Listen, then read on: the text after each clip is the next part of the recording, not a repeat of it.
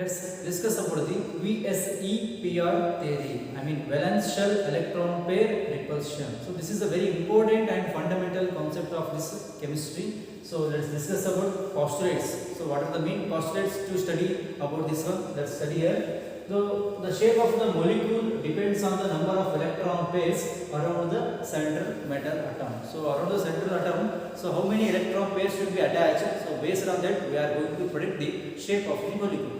Suppose if I take the example for the methane compound, so methane, you know this one, carbon is a tetravalence, always valence shell electron will be carbon, 4 will be there. So these 4, utilization of these 4 valence electrons, they are going to make a bond with the 4 hydrogen atoms. That's why this methane is a tetravalence. So here, which is the center atom here? This carbon is a central metal atom here. So due to this one, all are the bond pairs. So this is called like this. If I write 2 dots, that is called Lewis dot. If I join this one, that is called bond.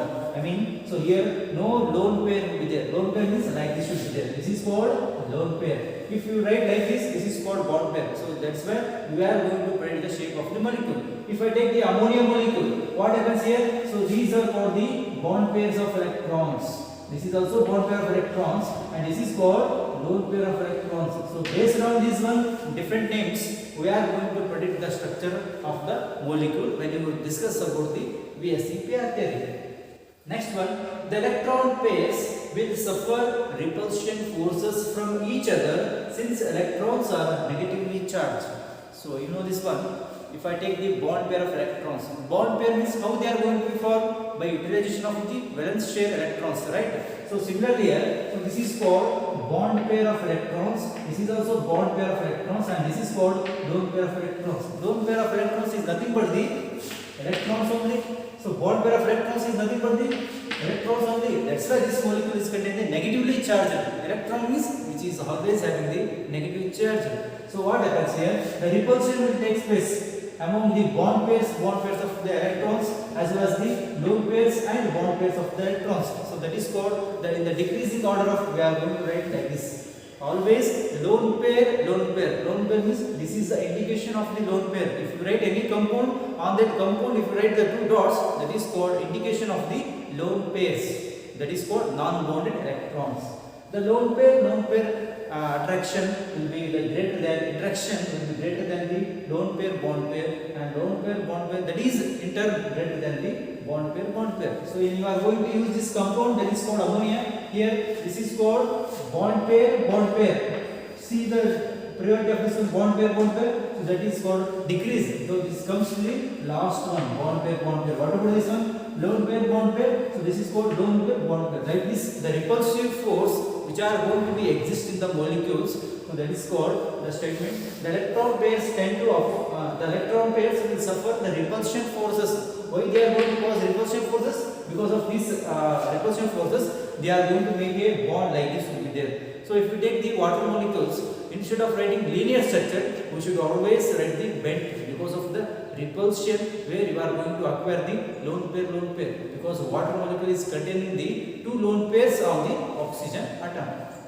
Next one, the electron pairs tend to occupy positions in 3D space. Always we study about the 3D space as to minimize the repulsive forces and to maximize the stability of the molecule. So for this one, we are going to take a best example for the water molecules only. So what happens in water molecules? So if I write this is a O is a central atom here, and these are called the bond pairs, which is going to attach with the hydrogen, and this is also attached with the hydrogen. So this is called bond pair, and this is called lone pair. I mean non-bonded electrons. So this is a linear structure, right? So what happens? So these lone pair repulsion will be there. They are very high. When you look at this order, what happens? Lone pair will be always high, as well as the bond pair will be the least one should be there, right? Repulsive force. But due to this one, lone pair greater tendency, this molecule which is not going to make a linear form, which is going to make a form as a bent shape. That's why we should write always water molecule as a bent shape. This is called bent shape structure. Why? Because of the repulsive forces very high in this structure repulsive very high. So that's why in order to minimize the repulsive forces, so in order to minimize the repulsive forces and to maximize the stability of the molecule. So this molecule is very much stable because it is in the form of the bent stable. This is in the form of linear. That's why we should always predict the structure of water molecules by the bent shape instead of the linear. So because of the repulsive forces will be very high in this compound. And come to the last one. Multiple bond is treated as if it is a single electron pair. Suppose if I take this compound, this is B double bond A double bond B, right? Or this double bond or multiple bond, I am going to consider as only single bond. There is no difference between these structures. How? Let's take the example for the carbon dioxide. Now, carbon is the centromer atom, right? So oxygen is the beside atom of the carbon atom. You know the carbon is always a tetravalence, means 4 bonds should be there. So here 2 bonds and here 2 bonds, total 4 bonds should be there. So this is called multiple bonds existence in the carbon dioxide. Its name is called carbon dioxide CO2, and this molecule is linear because if you consider the angle here, this is 180 degree, right? Suppose if I take one more compound here, that is called beryllium chloride. Here beryllium is the central atom and chlorine is the beside atom. So what about the bond angle here? So this is the bond angle should also be same. It is called 180 degree, linear. So what do you mean by this one? So this is not the linear compound, which is not going to be a difference between whether the compound is contained in double bond, whether the compound is contained in a single bond. That is not a parameter here. So that's why if multiple bond is treated as if it is a single electron pair. So that's why if the double bond should be there, we are going to treat it as the single bond only. So both are the same. This is also linear, this is also linear molecule. They are the best example for this one. Let's discuss about the geometry of the molecules containing the bond pairs of electrons as well as the lone pair of electron. So let's start with the simple molecule. That is first start with the structure of the beryllium chloride. That is BeCl2. Here the central atom is beryllium and chlorine is the side atoms which are going to be attached to the beryllium. So first we should write the ground state of this beryllium. So beryllium is containing the 4 electrons. So that is 1s2, 2s2. So since this is a completely filled electrons, that's why we are not going to participate in this one hybridization. So we have discussed in the hybridization, that is BeCl2 is sp hybridization, right? So here we are going to discuss about the only structure of the molecules and their geometry as well as their bond angles here. So here the 2s2 orbitals will be there. So what happens?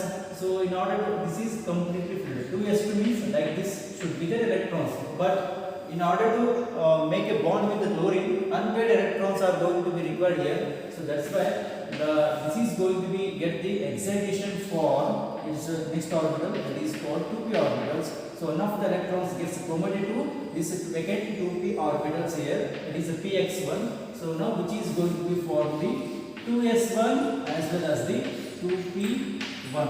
So now these unpaired electrons which are ready to make a bond with the chlorine, how? That is called the overlapping of the p orbitals from the chlorine atoms, which is going to overlap with these orbitals to make a bond here. So that we are going to write the structure of the compound as BeCl2 like this. So this is called 180 degree.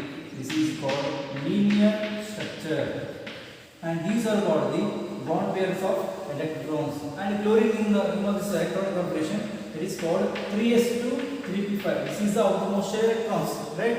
So one of the electron is vacant here to become stable. So that one electrons which is going to be shared up by this one. So now they are becoming the octet rule. So let's obey this octet are not here. Let's see here 1, 2, 3, 4, 5, 6, 7, 8. So these are the 7 electrons are the valence electrons. 1, 2, 3, 4, 5, 6 and 7, and one of the electrons on the beryllium atom, that is called whether it may be 2s orbital or 2p orbital. And here also same 2, right? 2, 3, 4, 5, 6, 7, 8 like this. So this is the structure of the beryllium chloride, and this is a linear and bond angle should be 180 degree. Let's discuss about the another structure, that is called SO2. That is called sulfur dioxide. 2 oxygen atoms should be there. Let's first we should write the ground state of the sulfur ground state. So now I am going to write the only valence shell electrons, because we are discussing about the valence shell, right? So sulfur is 16 atomic number. 10 electrons are not going to write here because that is for 10 electrons is nothing but the neon, that is stable, right? So 10 electrons, that is contain noble gas neon. Remaining 6 electrons I am going to write here. It is called 3s2 because 10 to 3p4, right? 3p4. So 10, 12, 16. So now I am going to write the electrons here. So 3s2 I am going to fill here. 3p4 I am going to fill here. 1, 2, 3, 1, 4. And also I am going to write the vacant d orbitals. Vacant d orbitals. Why? Because I am going to write the vacant d orbitals. Because you know this one, sulfur, in a sulfur dioxide compound, always the oxygen is formed the divalent. I mean, if you write this oxygen, either it take bond like this or if it takes the like this. You know this is water molecules, right? So oxygen is always contain the divalent bond. So here, in order to make 2 oxygen will be there. 1 oxygen requires divalent. 2 oxygen means 4 bonds are required. That is what 4 unpaired electrons are going to be required here. But how many unpaired electrons here? Only 2 will be there. So in order to make 4 bonds, sulfur with the 4 bonds with the oxygen atom, it requires the 4 unpaired electrons.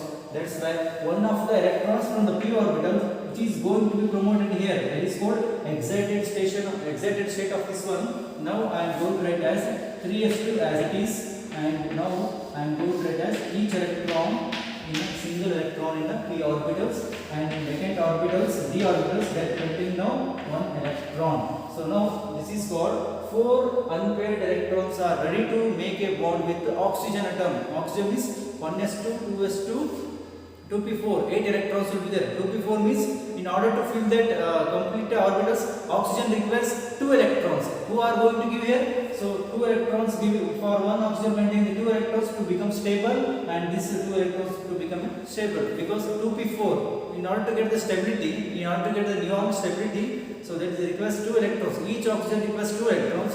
So 2 oxygen means 4 electrons are going to require here. So that's why I am going to write the structure of this one, sulfur dioxide as like this.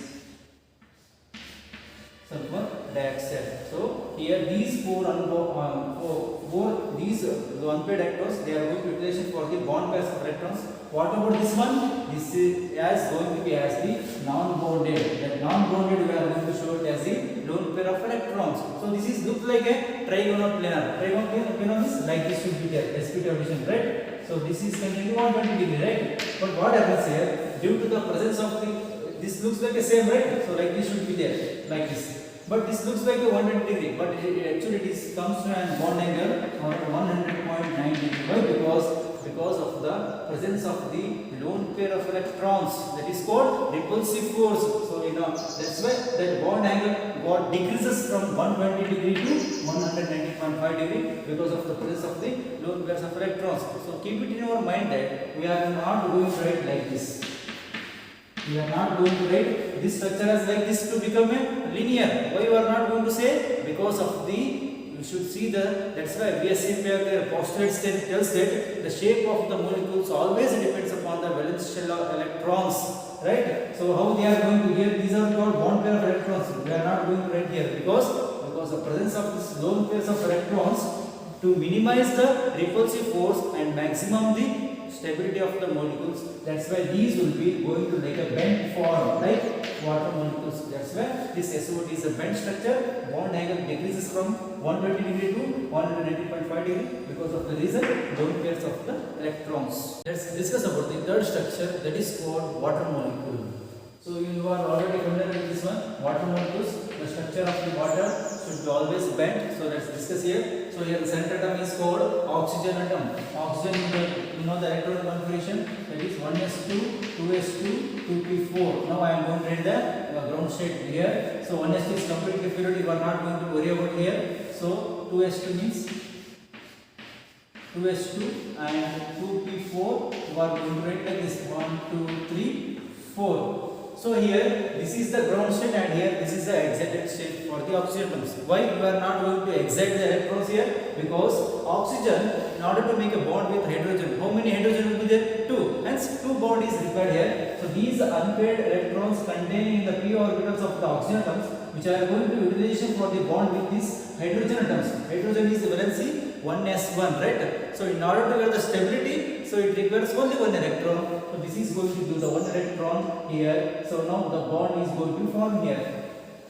Now oxygen with hydrogen, this is called. These are called the bond pairs of the electrons. What about these remaining orbitals? That is for 2s2 and 2px2. Two electrons will be there. These I am going to indication as the like this. So this is for the lone pair of electrons or the non-bonded electrons. So you know this one. This structure is also tetrahedral structure. You have discussed sp3 hybridization. sp3 hybridization, the bond angle should be 109.5 degree.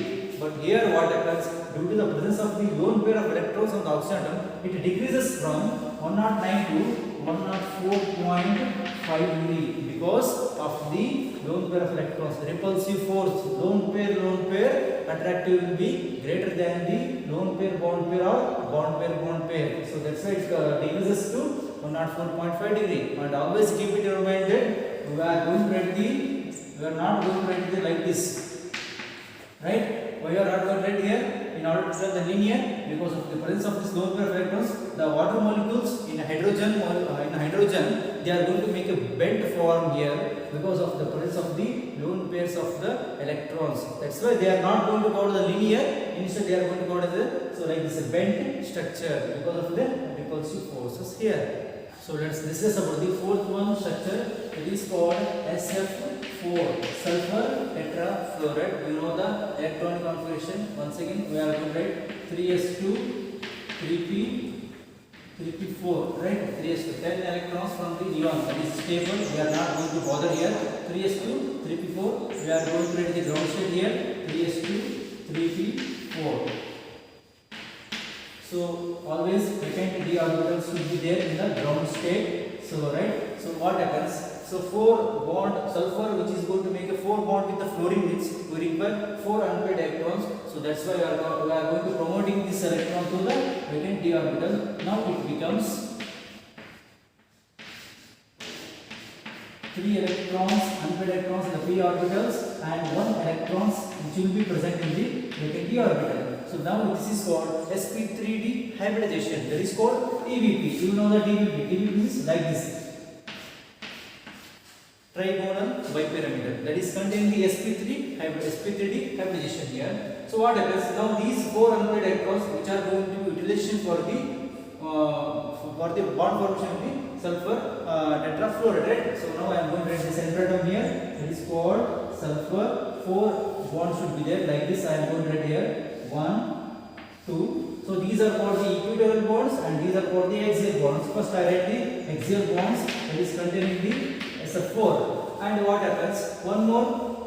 So this is called, and you should know this one. These electrons called non-bonded electrons. Non-bonded means lone pairs of electrons. Now I am going to write the lone pair of electrons in equatorial positions. So these positions called as the equatorial positions and these called the axial positions. You know this one. Equatorial positions are always stable in this axial position. These are weak bonds. Axial bonds are weak and this will be strong will be there because of the repulsive here. So what happens here? So I am going to write the remaining 2 bonds here like this. Just I am going to reverse this one. This bond is containing the lone pair and 2 for this one, 2 fluorine, and these are the axial positions. So this is about the TVP, trigonal bipyramidal structure. So in a TVP structure, you know this one, the bond angles for the linear should be, this is containing 180 degree, and here this bond and this equatorial bond that contains the 90 degree, and this bond should be 120 degree. So this is about the TVP.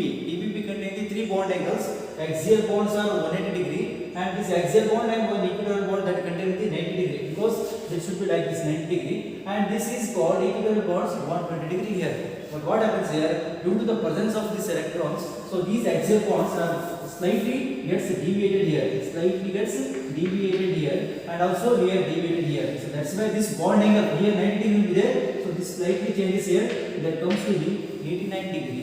And this bond angle and this bond angle should be in the straight line, that is 180 degree, right? But here due to the presence of this lone pair of electrons, this bond angle gets decreases to 177 degree instead of 180, 177 degree, 3 degree shortage. And also this bond should be around 120 degree in this one, but due to the presence of this one, it has decreases to 118 degree. So all the matters of the lone pairs of electrons. Let's take the fifth one, that is called last example, structure of this compound. So XeF4, this is called xenon tetrafluoride. Here xenon, I am going to write the only valence shell electrons, that is containing the xenon containing the 5s2 5p6. Why? Because they are completely filled electrons, they are stable.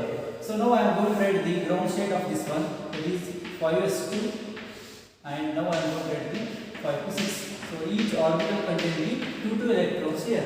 But in order to make this xenon with fluorine compounds, 4 unpaired electrons are going to be required here. That is called vacant d orbital should be there in the ground state. So now I am going to exact this one to become 4 bonds, right? Unpaired electrons. So this electrons to shifting here and this electron shifting here. Now in the exacted state of this xenon compound, now I am going to write like this.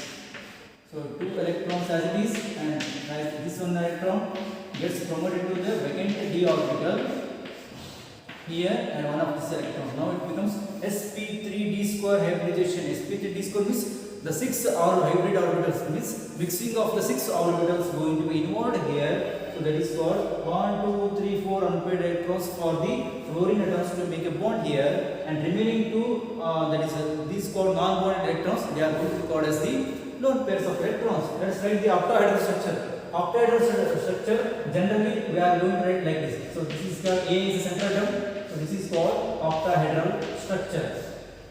So this is called octahedral structure. But what about in this case? What happens? Xenon is the central atom. So each in the octahedral shape 4 corners, which is going to be occupied by the 4 fluorine atoms of the octahedron. Now I am going to write like this here.